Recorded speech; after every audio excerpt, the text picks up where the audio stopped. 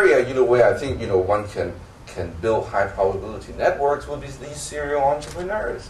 Now, in Silicon Valley in California, one sees a lot of these serial entrepreneurs. Certainly in Hong Kong, I don't think we have that phenomenon yet.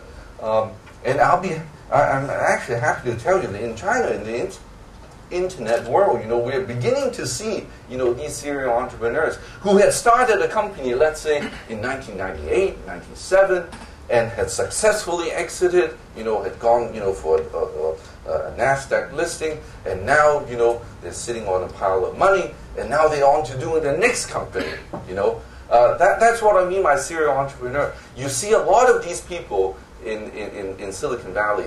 They're almost addicted, to starting companies. It is, you tell them to go do something else, I think they'll be bored to death. So if you can tap into these serial entrepreneurs, that network of these people, that's a very high quality network. Now, academics. I work in the life sciences, and most of the basic research is done in universities and medical schools or research institutions.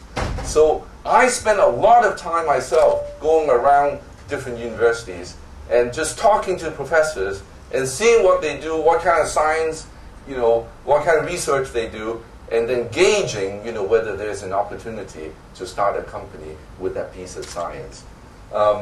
And so far, for me, of course, I come from a scientific background, so coming back to that is extremely pleasurable for me. But I would say trolling around academics, is another area where you might be able to find deals. Now, given that we all have limited time and energy, you may say, should you have some industry focus, in building your network?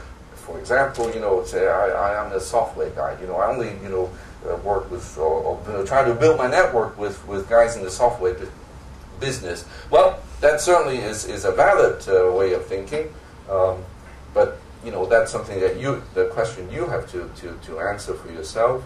Whether you want to build your network with an industry focus or with a more diffuse coverage, because nowadays, these demarcations among different industries are really crumbling, and one often would find an opportunity in one field by looking in another field. So I suspect, that having a strict industry focus is going to be less and less productive.